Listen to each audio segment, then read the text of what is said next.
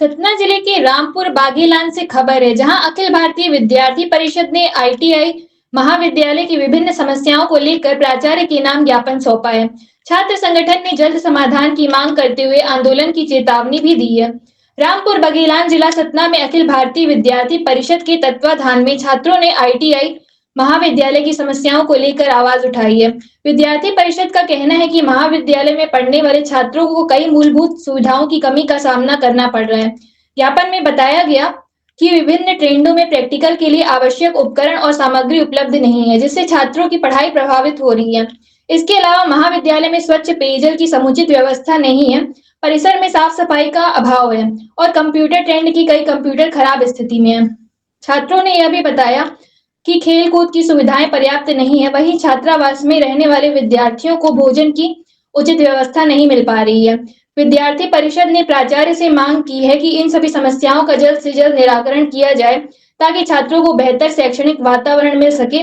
साथ ही चेतावनी दी गई है कि यदि जल्द समाधान नहीं हुआ तो छात्र संगठन छात्र हित में आंदोलन करने के लिए बाध्य होगा, जिसकी जिम्मेदारी प्रशासन की होगी। इस दौरान नगर मंत्री प्रभात मिश्रा के नेतृत्व में बड़ी संख्या में छात्र मौजूद रहे, जिन्होंने एकजुट होकर अपनी मांगे रखी। माता की विद्यार्थी परिषद जिंदाबाद जिंदाबाद जिंदाबाद, एबीवीपी जिंदाबाद जिंदाबाद जिंदाबाद, वंदे मातरम वंदे मातरम, भारत माता की भारत माता की मांगे हैं। प्रथम रूप से जो मांग है, सभी ट्रेडों में प्रैक्टिकल उपकरण सामग्री उपस्थित होनी चाहिए। दूसरा जो हमारी मांगे, विद्यार्थियों के हेतु शीतल पेयजल की व्यवस्था होनी चाहिए।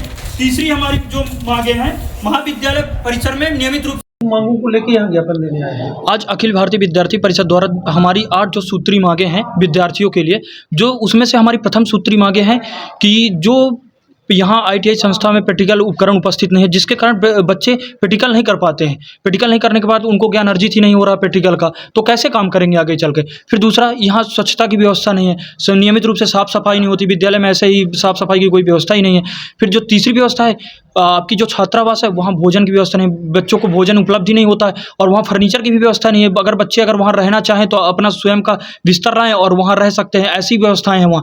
और जो आगे जो सूत्री मांगे उसमें ऐसा है कि जैसे विद्यालय में कंप्यूटर जो क्लासें हैं, कंप्यूटर क्लास नियमित रूप से नहीं चलती हैं, जिसमें से 4-5 ही कंप्यूटर क्लासें चलती है, बाकी कंप्यूटर चलते ही नहीं हैं।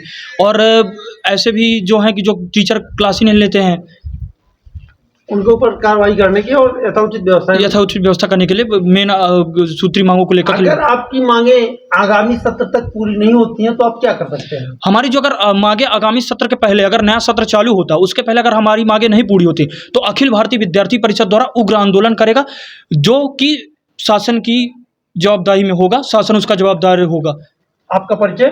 प्रभात मिश्रा, नगर मंत्री, अखिल भारतीय विद्यार्थी परिषद। शासन तो आप ही करेंगे।